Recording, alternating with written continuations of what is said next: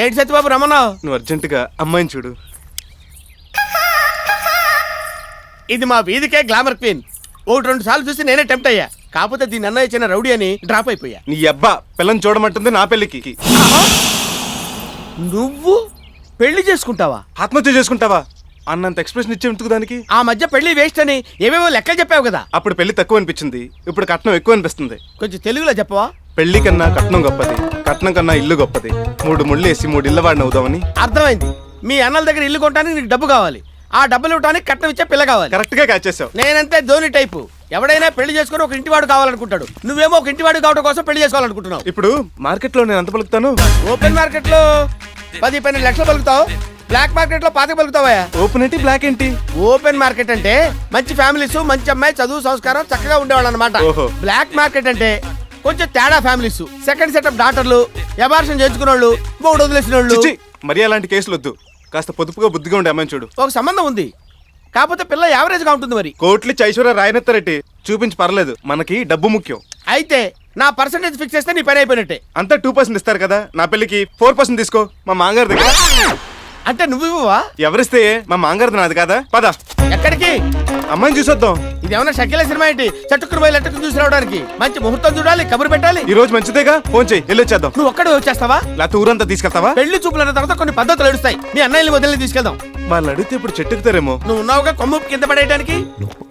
ఏంటి బెదరో మందు పచ్చ రంగులో ఉంది, కొత్త బ్రాండా? ఇది బ్రాందీ కాదు, ఆకుపసరు. నాతో మందు మనిపించాలని మీ వదిన తెచ్చిచ్చింది. పిచ్చొదిన పసరే కాదు, లివర్ తీసేసిన నువ్వు లిక్కర్ మానవని తనకు తెలీదు. నాన్నకి ఏ ఎదవలవాటు లేదు గనక ఉన్నదంతా బలి చక్రవర్తిలా దానాలు చేసాడు. మనకి లేని అలవాటు లేదు గనక బలైపోయాం.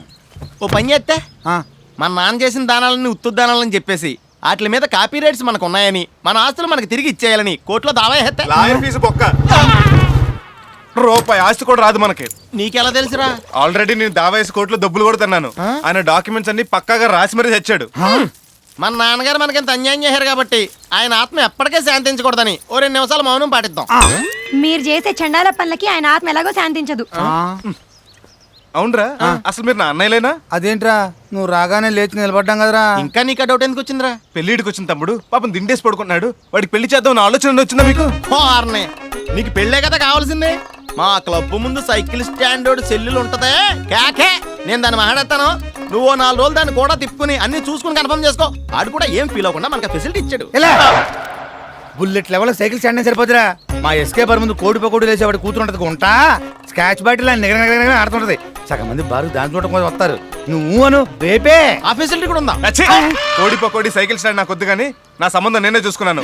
అమ్మాయిది గుత్తి, రేపే పెళ్లి చూపులు. పెద్దవాళ్ళగా మీరు వస్తే చాలు. ఏ దరిద్రపు అలవాట్లు లేని నీలాంటి వాడిని చేసుకోబోయే అమ్మాయి ఎవరో గానీ చాలా అదృష్టవంతురాలు. మరే సర్లే, మీరు ఎప్పుడు మాకు పడే ఎడతారులే. ఒరే నువ్వు గుర్తుకో మా చేసి గారు కట్టించి వెళ్ళొచ్చేద్దాం.